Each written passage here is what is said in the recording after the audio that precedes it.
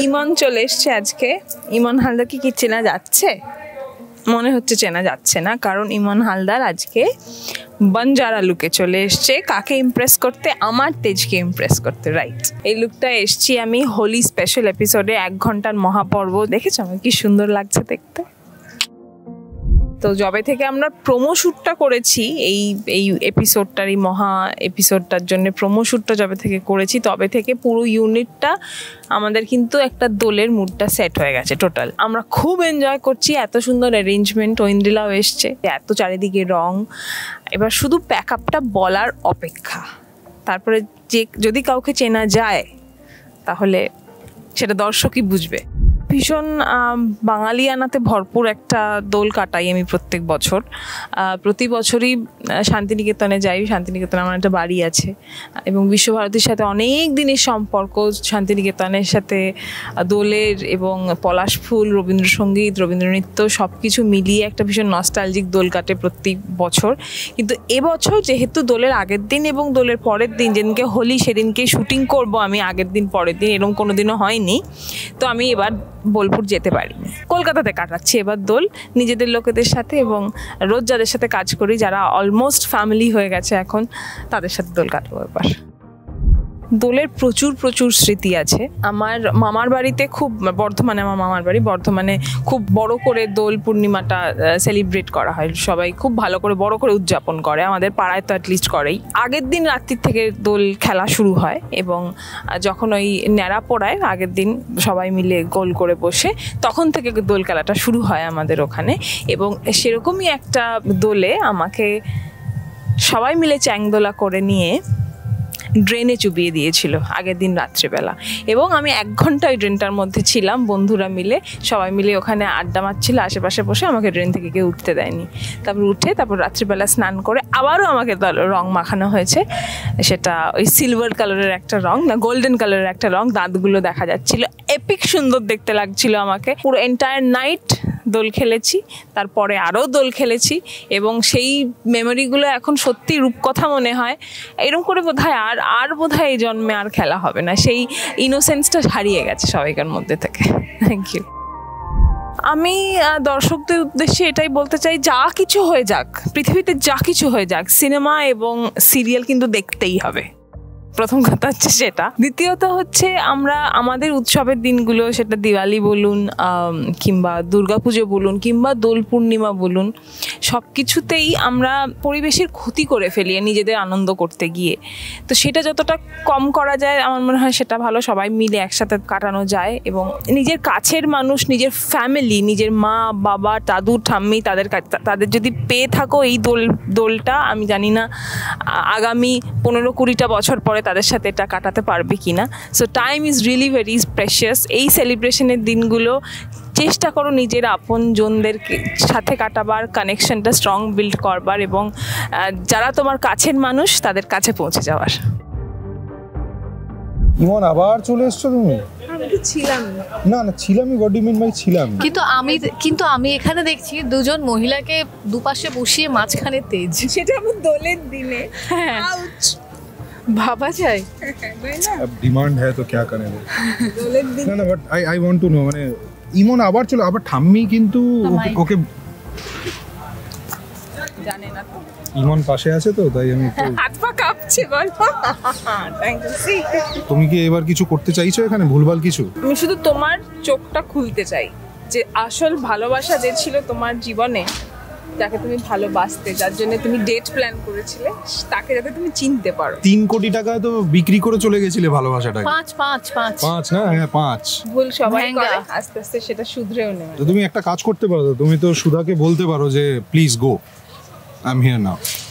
সেটা আমি সুধার সাথে অন্য আন্ডারস্ট্যান্ডিং আছে আমার, সেটা আমরা অন্য একটা ইন্টারভিউতে করব। না আচ্ছা, এখনই যদি ভেবে না, তোমাকে চান্স দেওয়া হলো যে সুধাকে বলতে হবে এমন একটা কথা। দেখতে না খুব সুন্দর লুক হয়েছে, খুব সুন্দর লুক হয়েছে। Thank you. এরকম তো বলেছিলে, মেনে নাও সেটা। হ্যাঁ অবশ্যই, তুমি আছো বলেই আজকে আমি তোমাদেরকে একটু জয়েন করব। সব প্লিজ। কমপ্লিমেন্টগুলো তুমি যে পুরুষ মানুষটার মেনে নিয়েছো, আমি সব জানি সে কি বলে, এভরিথিং। আর কিছু দেখি একটু সুনাম করি সবার। একজন বাদে। তো ইন্দ্রিলা এখানে এসে কেমন লাগছে? না আমার তো খুব ভালো লাগছে। শুভ বিবাহতে এসে আমার খুব ভালো লাগছে, কিন্তু আমার মনে হচ্ছে আমি ট্রোল না হয়ে যাই, কারণ যেহেতু নামটা শুভ বিবাহ, তো আর বিবাহ আমার জীবনে নেই, একজন জানে।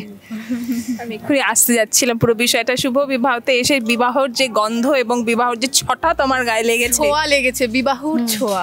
কিন্তু আমি একটা কথা আজকে বলতে চাই, যেহেতু ভি লাইনে এসেছি যেখানে শুট হচ্ছে শুভ বিবাহে, আমার প্রথম সিরিয়াল এখানে হতো। এখানে ঢোকার পর থেকে একটা নস্টালজিয়া বলে না, ওটা একটা ফিলিং অদ্ভুত। কিন্তু একটা কথা বলতে চাই যে অনেক জায়গায় গেছি, অনেক জায়গায় কাজও করেছি এরকম ভাবে, যেমন ভাবে হয় আর কি, বাট সত্যি তোমাদের সাথে আজকে এসে না খুব ভালো লেগেছে, আর অনেক দিন পর একটু মজা করলাম। Our pleasure. একজন বাদে অবভিয়াসলি। ঠিক আছে, সেই জন্য আমি আমাদের শত্রুতা আছে। ভীষণ নিতে পারি না, যে সহ্য করতে পারি না একদম। মানে ও চিনতে পেরেছে যে খারাপ তাকে, ও চিনতে পেরেছে। ওই জন্য আমি আজকে সুধাকে বলতে এসেছি সাবধান, কিন্তু খুব সাবধান। আমি তো সাবধান থাকি, আমি তেজকেও সাবধানে রাখি। আবার তোমার বরের পাশে বসে আছে, আরোই সাবধান। এবার কিন্তু মানে আমাকে ওইদিকে যেতেই হবে। কি বলবো আমি, মানে রিয়েল লাইফ পুরো গুলিয়ে ঘেটে একসাথে হয়ে তারপর কি শুনছিলাম তোমরা সব, মানে তোমাদের লাইফ একদম ঠিক আছে তো, কোনো প্রবলেম হচ্ছে না তো একে নিয়ে? প্রবলেম হয় না, মাঝে মাঝে ও আসে, এসে প্রবলেম ক্রিয়েট করার চেষ্টা করে, মানে কিন্তু বাট পারে না। সুধা আছে তো, ও পারে না। সুধা ঠিক ধরে নেয় না, আমার ওকে দেখে। আর তাও লজ্জা নেই, বারবার চলে আসে। হ্যাঁ অবশ্যই আসবো, কারণ আমি ভুলটা তো আমাকেই ভাঙাতে হবে না ইন্দ্রিলা। না, বাট একটা জিনিস আমি মানবো, ইমন কিন্তু সত্যিই ভালোবাসে। প্রথম দিকে হয়তো 5 কোটি টাকা নিয়ে আমাকে ভুলে গেছিল, বাট ও কিন্তু বারবার আসে। টাকার পেছনে যে ছুটবে সেটা তো আমি চিরকালই জানতাম গো। আমরা কি অন্যদিকে আমার চলে মনে হয় ওদের দুজনের ইন্টারভিউ একটু আলাদা নেওয়া উচিত। কিন্তু আমি একটু বলি, এই যে আমি আজকে এলাম তোমাদের সাথে থাকলাম, ভালো লেগেছে তো? দারুণ, খুব খুব ভালো মন পারফর্ম থেকে তো, কারণ এটা কিন্তু সবাই বলে যে দারুণ, তারপরে চলে গেলি বলে বাবা দেখছিলাম, অদ্ভুত হয়েছে। আমি আমার ক্যারেক্টারও ছিল যে আমি তোমাকে দেখছি, অবজার্ভ করছি, সত্যি খুব ভালো হয়েছে। আর এরা জানে আমার যদি কিছু খারাপ লাগে আমি বলে দিই, হ্যাঁ মুখের উপর বলে দিই, নয় বলে না, ভেরি নাইস, নয় বলে, যখন বলছে যখন তার মানে ভালো লেগেছে। হয়তো তুমি এত বেশি ওকে কি করেছিলে? কারণ আমার সাথে প্রেম করতো তো, প্রেম করতো না আমার সাথে। আচ্ছা, তারপর একজন না একজন উড়ে এসে জুড়ে বসলো। এনিওয়েজ, ফেস যায় মানুষের লাইফে। যাই হোক, খুব খারাপ মহিলা একটা, ভীষণ বাজে। আজকে কি হোলি এপিসোড হচ্ছে, এসব বলতে হবে তো, বলে দাও, ওই জন্যই তো বসেছি। না, অনেক ভেতরে গসিপ হয়েছে। তবে একটাই কথা বলার, যে মহাপর্ব আসছে, আর খুব জমজমাট মহাপর্ব আসছে। ঐন্দ্রিলা আছে, তেজ, সুধা, ইমন আছে। নিজেকেও বলতে হলো তেজ আছে, তেজ নামের মধ্যেই ভার আছে, তেজ। তেজটা নামে, তেজের তেজ নেই, সব সুধা নিয়ে বেরিয়ে যাচ্ছে। মাম্মামের ফোন এসছে। হ্যাঁ মাম্মা, আচ্ছা, ফোনটা তুলে হ্যাপি হোলি বলে দাও। আর আপনাদেরও বলছি যে আপনারা দোল উৎসব যেটা হচ্ছে আমাদের এই শুভ বিবাহতে, সেটা দেখবেন। মহাপর্ব হচ্ছে, অনেক কিছু আছে, নাচ গান, রোম্যান্স আছে, আরো অনেক কিছু আছে। দেখতে থাকুন শুভ বিবাহ, খুব ভালো লাগবে আপনাদের এপিসোড। হ্যাঁ, থ্যাংক ইউ। আর এখন যে আপনারা আমাদেরকে চিনতে পাচ্ছেন, মানে এরকম পোশাকে, আর আশা করি আপনারা দেখতে দেখতে বুঝতে পারবেন এপিসোডটাতে, শেষের দিকে চেনা যাবে না, তখন আপনাদেরকে মানে লোকেট করতে হবে কে কোনটা।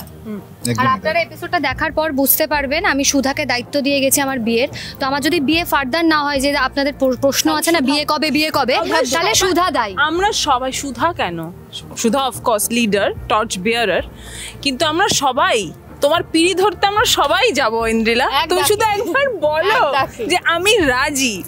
আমি রাজি বলে দিল। এবার আর পিড়ি ধরার ক্ষমতা নেই। পিড়ি কিনতে যাও এবার। হ্যাঁ, এবার আমি যাই, আমি ফোনটা করি, এক্ষুনি ফোনটা করতে হবে। পিড়ি রাখবে না, আমি আরেকজনকে ফোন করবো। শোনো, খরচার লিস্ট রেডি করো, এই চলো, ফুল পার্টি।